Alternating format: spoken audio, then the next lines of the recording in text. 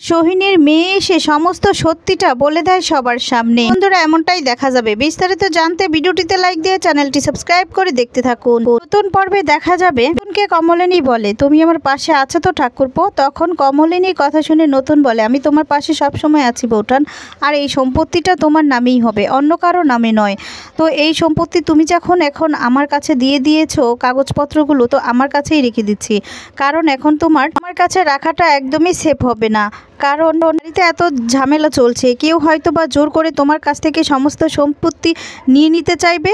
তার জন্য তুমি এগুলো তোমার কাছে এনেছো, ঠিক আছে, কিন্তু আমি সমস্ত সম্পত্তি কিন্তু তোমার নামেই লিখে দিব, এটা আমার ইচ্ছে, এতে তুমি আর কিছু বলতে পারবে না।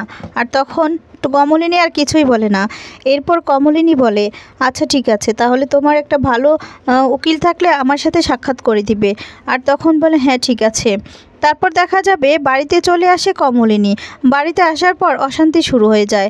কমলিনীকে বারবার করে জিজ্ঞেস করতে থাকে যে কমলিনী এতক্ষণ পর্যন্ত কোথায় ছিল।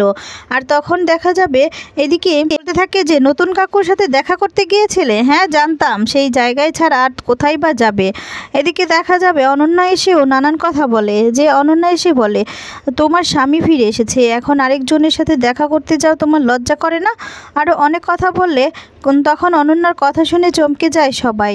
তারপর দেখা যায় মিঠিলও উচিত জবাব দিয়ে দেয়। মিঠিল বলে, তুমি যে তোমার বোনকে একজন পুরুষ যে তো চাচ্ছে না তার জীবন সঙ্গী বানাতে, সেই জায়গাতে যে তোমরা জোর করে এমনটা করছো, আরেকজনের গলায় ঝুলিয়ে দিতে চাচ্ছ, তাতে তোমাদের লজ্জাবোধ করে না? আর তুমি আরেকজনকে এই সমস্ত কথা বলছো। আরও অনেক কথাই বলে। আর তারপর দেখা যাবে দিকে সোহিনীর মেয়ে সোহিনীকে বলছে, মা তুমি কিন্তু এই কাজটা একদমই ঠিক করছো না, উনি তো আমাদের বাপি, তাহলে আমার বাপিকে নিয়ে এই সমস্ত মিথ্যে কেন? আমি না এই সমস্ত আর সহ্য করতে পারছি না মা, আমি পারছি না, তুমি কেন মিথ্যে বলছো, কি স্বার্থ এতে? আর তখন বলি, দেখো আমি যেটা বলছি তুমি সেটাই করবে, বুঝতে পেরেছো? আর কোনো বাড়তি কথা হবে না। আর যদি কিছু বলেছো না, তাহলে কিন্তু আমার থেকে খারাপ কেউ হবে না। তুমি কেন বুঝতে চাইছো না? তোমার বাপি যা করছে আমাদের ভালোর জন্যই করছে, তাই বলবো যে তুমি ওরা যা করছে তা করতে দাও, তুমি কোনো কথা বলো না। তোমার বাবার অনেক ঋণ হয়েছে, এগুলো যদি শোধ করতে হয়, এছাড়া তো আমাদের কাছে আর কোনো উপায় নেই। তুমি বুঝতে পারছো না? এর জন্য তো তোমার বাবাকে জেলে যেতে হবে। আর তারপর দেখা যায় সোহিনী মেয়ে বলতে থাকে, যাই হোক না কেন, আমার বাপিকে অন্য কেউ বাবা বলবে, অন্য সবাই দাবি করবে, সেটা তো আমি সহ্য করতে পারবো না মা, সহ্য করতে পারবো না। এই সমস্ত বাদ দাও না, চাই না আমাদের কোনো সম্পত্তি, প্রয়োজনে আমরা রাস্তায় গিয়ে থাকবো, তারপর আমরা শান্তিতে থাকতে চাই মা, শান্তিতে থাকতে চাই। কিন্তু সোহিনী কিছুতেই বুঝতে চায় না। সোহিনী অনেক করে বোঝাতে থাকে, কিন্তু এদিকে সোহিনীর মেয়েও বলে যে মনে মনে বলতে থাকে যে আমাকে যে করেই হোক, ভালো আন্টি তো দেখতে ভালো, উনি তো কোনো খারাপ উদ্দেশ্যে কথা বলেনি, আমি ওনাকে সবটা বলে দিব। হ্যাঁ সবটা বলে দিব, আমি এগুলো আর সহ্য করতে পারছি না, নিতে পারছি না, ভালো আন্টিকে আমি সব কিছু বলে দিব। মানে কমলিনীকে বলার সিদ্ধান্ত নিয়ে নেয়। আর তারপর এদিকে দেখা যাবে কমলিনীকে অনেক কথা শোনায় সবাই মিলে।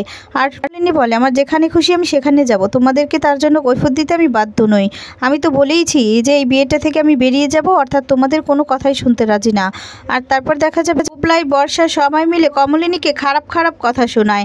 ওরা কমলিনী তখন বাধ্য হয়ে ওকে অনেক কথা শোনায় আর বলে, তোমার গায়ে আমি একদিন চর মেরেছিলাম, তাতে কত কিছু হয়েছিল, এবার কিন্তু আবার বাধ্য করো না তোমার গায়ে হাত তুলতে, বুঝতে পেরেছো? তুমি আমার ছেলের বউ, তাই পুত্রবধূ হিসেবেই থাকবে, লিমিটটা ক্রস করো না, তাহলে আমার থেকে খারাপ আর কেউ হবে না।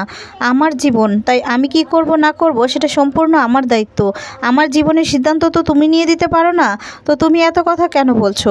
তুমি যখন বাড়ি থেকে তোমাকে বের করে দেওয়া হয়েছিল, আমি আর তোমার নতুন কাকুই কিন্তু তোমাকে গিয়ে এনেছিলাম, তার থেকে তো একটু কৃতজ্ঞবোধ থাকা উচিত, তাই না?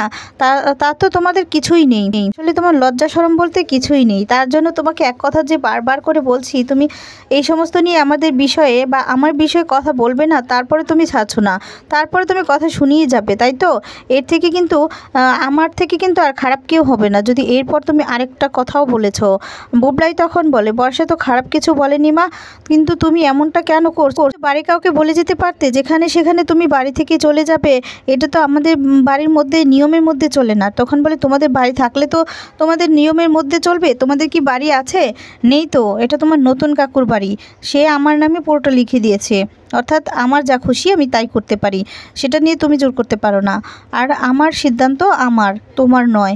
আর তারপর চন্দ্র বলে, কম্বু তুমি বিশ্বাস করো, ওইগুলো সব মিথ্যে। ওই সোহিনী নামে ওই মহিলার সাথে আমার কোনো সম্পর্ক নেই। তাকে একটা কথা বলি, তুমি ওই সম্পত্তিটা না এখানে লিখে দাও, আমি সমস্ত রকমের কাগজপাতি নিয়ে এসেছি, তুমি লিখে নাও।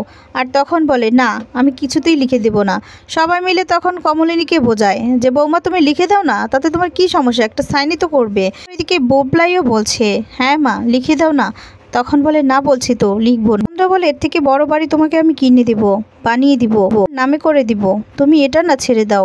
তখন বলে, না তোমার বাড়ি গাড়ি সম্পত্তি কিছুই চাই না, যেই মানুষটা আমার নই সেই মানুষটা সম্পত্তি টাকা পয়সা সেগুলো দিয়ে আমি কি করব, আমি চাই না। আমাকে কি তোমার লোভী মনে হয়? আর তখন অনেক জোরাজুরি করতে থাকে কমলিনীকে। সেই মুহূর্তে সেখানে নতুন চলে আসে। নতুন এসে বলে, খবরদার, এই সম্পত্তি আমার, তাই এটা কিছুতেই লিখে দিতে পারবে না। বৌঠান তুমি লিখে দিবে না, এই সম্পত্তি আমার, তাই আমার যা খুশি আমি করব। এই বাড়িতে কে থাকবে কে থাকবে না সেটা আমি সিদ্ধান্ত নিব, তোমরা নেওয়ার তো কেউ নয়। আর বৌঠানকে এত কথাই বা শোনাচ্ছ কেন? যেই বাড়িতে তোমরা আছো সেই বাড়িটাই তো বৌঠানকে দিয়েছি আমি, তাহলে তোমরা কেন এত কথা শোনাচ্ছ? তোমাদের লজ্জা করছে না? এই মুহূর্তে চাইলে কিন্তু বৌঠান তোমাদের সবাইকে বাড়ি থেকে বের করে দিতে পারে, কিন্তু সেটা না বৌঠান কোনোদিনও করবে না, কারণ তেমন ধরুন মানুষই নয় তো। তোমরা হলে সেই জায়গাতে এমনটাই করতে, তার জন্যই তো আমি সিদ্ধান্ত নিয়েছি পুরো সম্পত্তিটাই বৌঠানের নামে করে দিয়েছি। এবার যদি বৌঠানের কথা অনুযায়ী তোমরা না চলো, তাহলে তোমাদেরকে বাড়ি থেকে বের করে দিতে আমি বাধ্য হব। বৌঠান কি করবে না করবে সেটা আমি জানি না, কিন্তু তোমাদেরকে আমি বাড়ি থেকে বের করে দিব। কথাটা শুনে সবাই চমকে যায়, আর তখন নতুনের দিকে তাকিয়ে থাকে। এরপর মিলে যখন কথা বলছিল, হঠাৎ করেই দেখা যাবে সেখানে সোহিনীর মেয়ে সোহেলিয়া চলে আসে। আর তাকে দেখে কমলিনী কাছে যায় আর বলে, মা তুমি এসেছো, কিছু বলবে তুমি? কেন এসেছো? মিষ্টি মেয়ে আমার, আসো ভিতরে আসো। এই বলে ভিতরে ডেকে নেয়। তারপর বলে, কিছু বলবে? তোমার মুখ দেখে মনে হচ্ছে কিছু বলতে চাও তুমি। আর তখন বলে, হ্যাঁ আমি বলতে চাই। এরপর বলে, আসো। আর তখন বলে, জল খাবে? এরপর বলে, না না আন্টি, আমি জল খাবো না। আসলে আমি কটা দিন ধরে না আমার কেমন যেন লাগছে, যে কথাগুলো যদি বলতে না পারি আমি শান্তি পাবো না। অন্যদিকে দেখা যাবে সোহিনী তার মেয়ের ঘরে যায়, আর গিয়ে তখন দেখতে পায় যে সোহালিয়া বাড়িতে নেই দেখে তো চমকে যায়। আর তখন বলে, সোহালিয়া কোথায় গেল? তার মানে কি ওখানে চলে গেল? সত্যি সত্যি বলতে এবার কি হবে? এবার তো আমরা ফেসে যাব। এদিকে চন্দ্রকে তখন ফোন করতে থাকে। চন্দ্র সবার সামনে আছে দাঁড়িয়ে, তাই ফোনটা রিসিভ করতে পারে না। আর তারপর এদিকে সোহালিয়াকে দেখে তো চন্দ্র ভয় পেয়ে যায় যে কি বলতে কি বলে ফেলবে।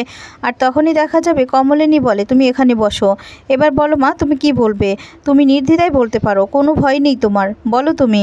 আর তারপর দেখা যাবে থাকে উনি হচ্ছে আমার সত্যিকারের বাবা, কোনো অভিনয় নয়, ওনার মতো কেউ নেই, উনি হচ্ছে আমার বাপি। আসলে আমার বাবা না খুব ঋণ, আমার বাবার অনেক টাকার দরকার, এর জন্য এখানে এসেছে। আর আমি এই কথাটা আর চেপে রাখতে পারছিলাম না, আমার এই সমস্ত মিথ্যে সম্পর্ক আর ভালো লাগছে না, তার জন্য আপনাদের সবাইকে আমি কথাগুলো বলতে এসেছি। যা শুনে চমকে যায় পরিবারের সবাই। ঠাম্মি তো তখন অবাক হয়ে যায়। আর তখন ঠাম্মি বলতে থাকে, কি চন্দ্রন, তুই আমার সাথেও মিথ্যে বলেছিস, এমনটা তুই করতে পেরেছিস? চন্দ্র তখন আর কিছুই বলা থাকে না, আর বলে মেয়েটা মিথ্যে কথা বলছে। তখন চন্দ্রর কাছে যায়, গিয়ে বলে, বাপি তুমি কি কিছু টাকার জন্য আমাদেরকে অস্বীকার করছো? কেন করছো? কেন? চাই না টাকা পয়সা, চাই না বাড়ি ঘড়ি, কিচ্ছু চাই না, এই বলে চিৎকার করতে থাকে। এরপর কমলিনী সিদ্ধান্ত নেয়, এতদিন চন্দ্র যা যা করেছে তার জন্য সে হাতে তুলে দিবে চন্দ্রকে আর সোহিনীকে। আর তারপর দেখা যাবে সবাই কথাটা শুনে ভয় পেয়ে যায়। বন্ধুরা, এমনটা হলে কেমন লাগে?